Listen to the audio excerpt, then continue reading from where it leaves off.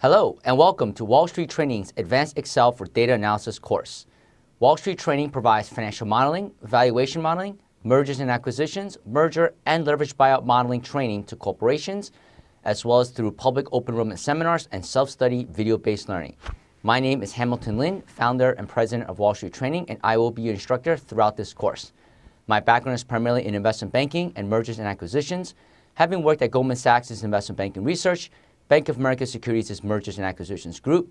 I am a CFA charter holder as well as a CFA instructor, as well as having worked at several other, kill that. New intro. Blah, blah, blah, blah. Hello and welcome to Wall Street Training's Advanced Excel for Data Analysis course. Wall Street Training provides financial modeling, valuation modeling, mergers and acquisitions, merger and leverage buyout modeling training to corporations, as well as through public open enrollment seminars and through self-study video-based learning. My name is Hamilton Lin, president and founder of Wall Street Training, and I will be your instructor throughout this course. My background is primarily in investment banking and mergers and acquisitions, having worked at Goldman Sachs' investment banking research, Bank of America Securities' Mergers and Acquisitions Group, and several other boutique investment banks, again, all focused on M&A. I am a CFA charter holder as well as a CFA instructor. The goal of this Advanced Excel for Data Analysis course is to learn how to be effective and efficient when utilizing Microsoft Excel for data analysis and to crunch large data dumps. This course will allow you to minimize as much manual labor as possible, saving time and performing more detailed analysis quicker. As usual, we'll be fairly keyboard and shortcut oriented, so please have our Wall Street Training add and macro toolbars installed and definitely change your background to gray. Now, I will admit, though, we will have to use the mouse for a fair amount of the functions that we will go through today, simply because a lot of the functions and the tools that we'll use in Excel are going to be mouse-driven as well as Excel keyboard-driven.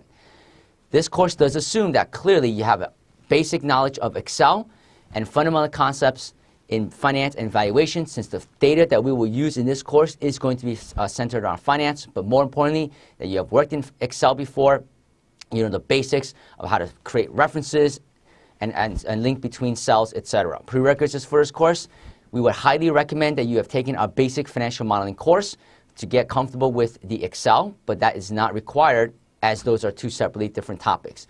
Some of the techniques that we will learn today include items such as pivot tables, sum ifs, sum if arrays, transpose, working with additional types of arrays, VLOOKUP, subtotals, regression analysis, drop-down boxes, data validation, how to automate row shading through conditional formatting, as well as a simple introduction to macros and creating reusable toolbars and buttons.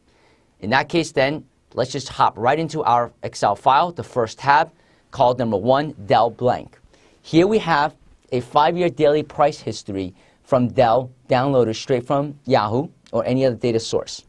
And you'll notice here that we have our labels in in row 2 as lowercase. Now, what if your boss or somebody comes to you and says, and they want to be a pain in the butt and say, I would like all of these labels in column 2 to be uppercase. The last thing you should do is sit there and moan and complain and retype everything manually.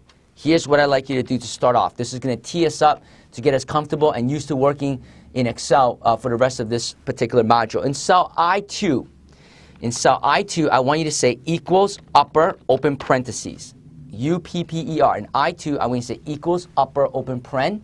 Hit the home key to select cell A2 and hit enter. And now, what you have done is grab in that label in all uppercase. Then I want you to go to, how many rows do we have? How many count? 1, 2, 3, 4, 5, 6, 7, 8. So go to I2 again and go 2, 3, 4, 5, 6, 7, 8 through column P, and I want you to hit me a control, column O, and hit me a control R. Again, select now from column I2, cell I2 to O2, and hit a control R, and now you bring it all the way across. You should be very comfortable with control R by now. This is a copy paste to the right. In cell I3, your boss comes back to you and says, hey, this is great. You got me everything in uppercase. But guess what? I want everything in lowercase now. Now, before you smack your boss up against their head, no worries. In cell I3, I want you to type in equals lower, LOWER, open parentheses, select cell I2, so hit up arrow. And I3 say equals lower, open paren, up arrow to select I2, hit enter, and bring that cell I3 across to O3 as well, control R. And now you've made everything lowercase. But wait, your boss changes their mind once more, and now they say, I want proper casing. Capitalize just the first letter, which is exactly how you had it before. Now, before you take that shotgun and that bazooka and blow that person to bits in I4, you say equals proper, open parentheses, cell reference to I3.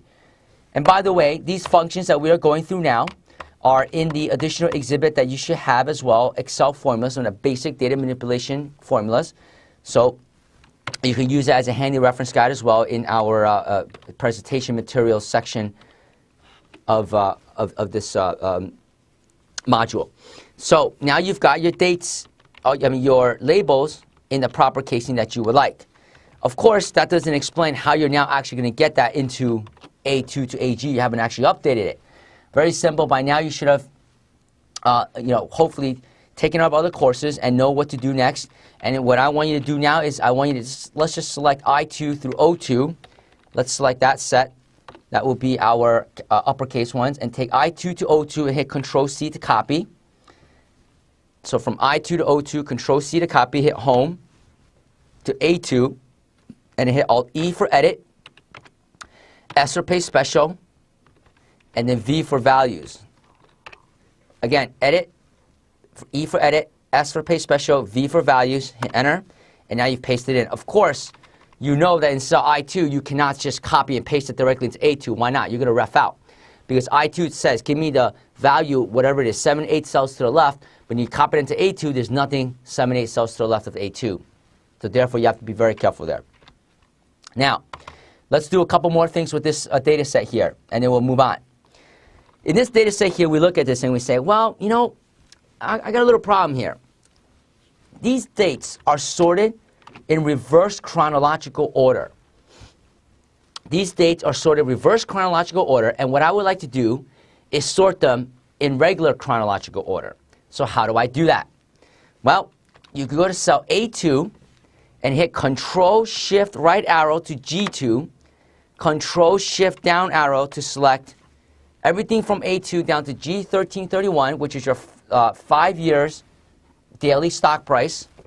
And now I want you to locate this icon up here, A to Z, sort ascending, and simply click on it. There you go. Now, refer back to A2, column A, the top. Take a look. Did this do what you wanted to do? Take a look. April 1st, 2002, April 1st, 2003. Wait a minute. This doesn't sound right. What did Excel do? These dates, when they were downloaded, were brought in as text, not as numbers. Sometimes, most of the time, you won't have this problem. You won't have this problem because Excel is smart enough to know that you want to sort it sometimes. So when you sort this, you're like, wait a minute, this isn't sorted right. What it is it's taking all the 0 1s for every month, and then it's sorting it by then April, because that's letter A, and then August, etc., and it just goes straight down alphabetically by month. So it'll do all the 0 1s and do the 0 2s, and it'll sort it by the years after that. This is clearly not what we want. So the point of this course, and I'm going to set you up because I'm going to set the framework for this, because the point of this course is not to show you how to manipulate dates. That could be a whole nother class by itself in terms of what you could do there. But the point of this class is to demonstrate to you one very simple concept in Excel. And that very simple concept in Excel simply says, anytime you have to do manual labor, there's a way to automate it. There's a way around everything. If you can think of the problem that Excel needs to solve, Excel can do it. That's my personal guarantee to you. Now, 95% of the time, it's an easy fix. You just have to understand Excel. So throughout this course and all the different modules and all the different techniques and tools and functions that we will learn in this Excel for data analysis course will cover, these type of things that we will cover will demonstrate to you that Excel can do 95% of what you're looking to do. It's already built into Excel. You just have to know that it exists. Now, there are certain things that just are not possible. that goes to another realm where we get into VBA Excel coding for Excel, which we're not going to do here. But again, the fundamental concept is as follows. If you need to automate something and do it more than once, there's an easier way. Go to cell H3. Cell H3, I would like you to type in the following formula. Equals date value, open parentheses, equals date value, open parentheses. Brett, I'm going to cough here. Excuse me. So you're going to cut out that cough.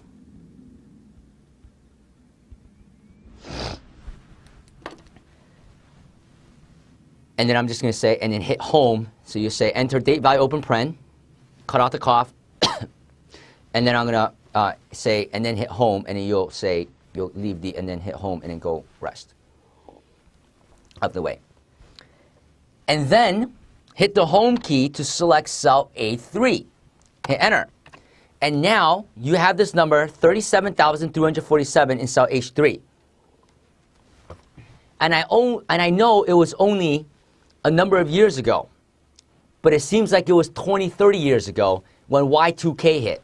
Remember Y2K? The whole year 2000 thing where, all the digits, the double-digit years, and the whole world was going to self-destruct, and the elevator was going to drop out of the ceiling and that kind of stuff. Well, what is cell H3 doing? This tells us that this is 37,347 days away from a particular date. In other words, back in the old programming days of COBOL, what we used to do was, well, not we, since I wasn't around then, per se, but what was used to be done was to save space on the programming language side, because there's only a limited number of space you had.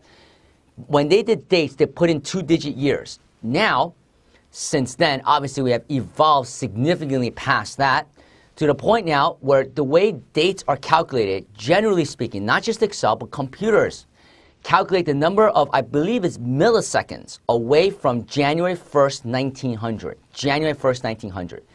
So therefore, this tells us that this April, whatever, 1st, 2002 day is 37,347 days after January 1st, 1900. What I need you to do now is grab this cell H3 and drag it all the way down to cell H1331. But you're not going to use your mouse to do that. What are you going to do? Follow my instructions. I'm going to zoom out just a little bit, although it's irrelevant because I can't possibly get all 13,331. I could, but you can't see squat, and I can't either. So therefore, in cell H3, normally what one might do would be to take this mouse and drag it all the way down. But you got 1,330. Look, I'm already tired of this. So you're not going to do that. How's the fastest way to do this? Well, I would like you to hit left arrow to column G. Go left arrow anywhere on column G, doesn't matter where, and then hit control down arrow, which jumps you to the bottom at 1331, row number, column G. Now I want you to hit right arrow to H1331. And now, when you hit right arrow to H1331, now I want you to hit, you're on that cell, hit Control Shift Up arrow to select all the cells from H1331 all the way up to cell H3. Now what I would like you to do is hit the Control D, and you will copy and paste everything from cell H3 down to H1331. Don't navigate away yet. Now you have everything selected. And just to show you, watch my screen. I'm going to scroll, but I'm not going to deselect my stuff. I'm actually hitting scroll lock so you can see that every single cell now in column H on the board behind me, what you'll see is that it's going down and it's copied this formula into every single cell down below, all the way from H3 to H1331. So you should never have to manually hit shift page down or shift down arrow or hit your mouse or whatnot, never. So therefore, in cell H3 to H1331, you still have everything selected. What I would like you to do now is hit copy or Control C for me. Hit Control C, hit home, which gets you to A1331. I'll tell you what, hit Control home instead. Let me zoom out a bit so you see that my column H is still actively selected. Hit Control home, jump you to cell A1 and go to A3. Again, You cannot copy paste this directly because you don't have anything 8 cells, 8 columns to the left of column A. We want to copy whatever's in H into A, and I want you to hit Alt-E for edit, S for paste special, V for values once again, hit enter. And now, first of all, you see 2 things happen. Column H goes to bits, pound value. We don't care about that. We're going to delete it. We don't need it. But column A now, the formatting changed a bit because it took the date format. Here's what I would like you to do. Go to cell H2, A2, the date, which is in caps, hit up arrow. Control Shift right to G2, Control Shift down to A1331. Now, click on the A to Z sort ascending icon. Now click on it. And there you go. Now your dates are all properly formatted. Not properly formatted, properly sorted. And you have January 3rd, January 4th, January 5th, January 6th, etc. Of course, there's no weekends here on this data set. So now, what you have done is automated and automatically converted everything to dates. All you had to know that there's functions like date value, functions like upper, lower, proper, etc., sentence casing. You can do all of that here in Excel. What I like to do now is to very quickly, and I'm sure the vast majority of you know this already, just in case you didn't, there are basic functions, taking the max, min, high, average, low. So in cell I7, I'm just going to type this in. I want the maximum, I want the high, the low closing stock price from column G. Actually, we actually want to take it from column E, the close, not the adjusted close, because Yahoo counts it weird.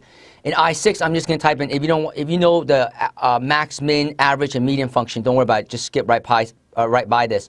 So you say high, hello, average, median, and low.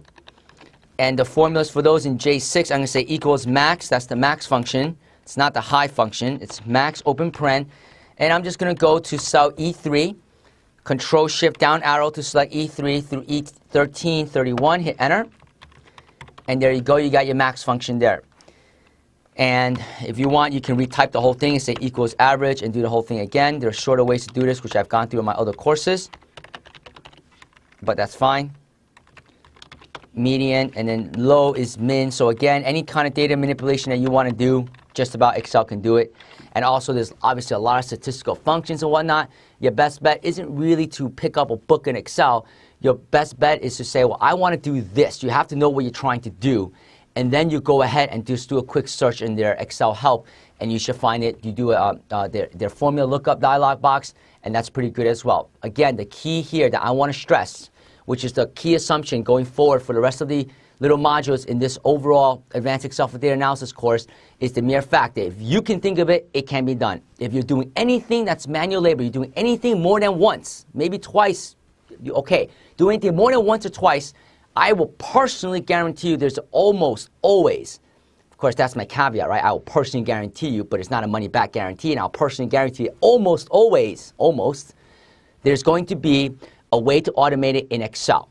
And since you have now taken this course, you can always, by the way, go to our free resources section, go back to our website, wallstreettraining.com, WALST-training.com, or Wall Street Training Self-Study, WST-selfstudy.com.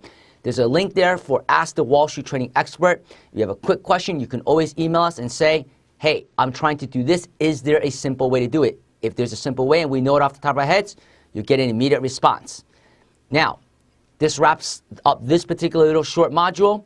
When we come back, we'll look at our switches alternatives page, our switches alternatives.